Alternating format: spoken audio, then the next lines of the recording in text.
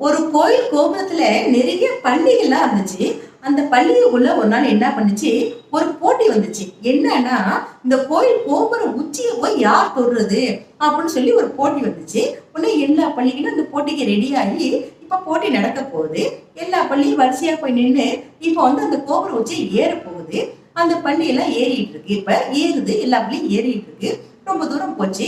ரொம்ப தூரத்துக்கு பிறகு பாதி பள்ளி என்ன பண்ணிடுச்சு, நின்னுடுச்சு. என்னால ஏற முடியாது இதுக்கு மேல, நாங்க இங்கேயே நின்னுக்கிறோம்னு சொல்லிட்டு பாதி பள்ளி நின்னுடுச்சு. மீதி பள்ளி எல்லாம் ஏறிக்கிட்டே இருக்கு. அதுங்களும் ரொம்ப தூரம் ஏறி போயிட்டே இருந்துச்சு. ரொம்ப தூரம் ஏறி போன பிறகு அதுங்களால ஏற முடியல.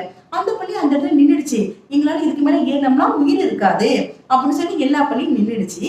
அந்த கூட்டத்துல இருந்து ஒரு பள்ளி மட்டும் என்ன பண்ணுச்சு, மெல்ல ஏறி போயிட்டு இருக்கு. ஒண்ணு இந்த கூட்டத்துல இருந்த பள்ளி எல்லாம் சொல்லுது, ஏய் மேல ஏறாத, கீழே வந்துரு. ஏன்னா இதுக்கு மேல ஏறினோம்னா நமக்கு உயிர் இருக்காது. நீ மேல ஏறாத, வந்துருன்னு சொல்லிட்டு எல்லாம் கூச்சலிட்டு சத்தம் போட்டு சொன்னுச்சு எல்லா பள்ளியும். ஆனா அந்த பள்ளி மட்டும் காதுலயே வாங்கல. அந்த பள்ளி என்ன பண்ணுச்சு, மெல்ல ஏற ஆரம்பிச்சு.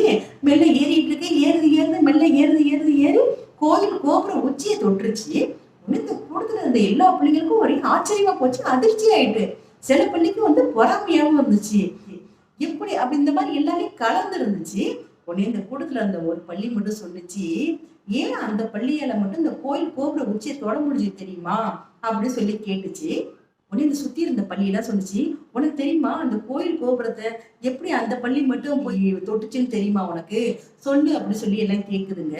அதுக்கு அந்த பள்ளிக்கூடத்துல இருந்த ஒரு பள்ளி சொல்லுது, ஏன்னா அந்த பள்ளிக்கு காது கேட்காது.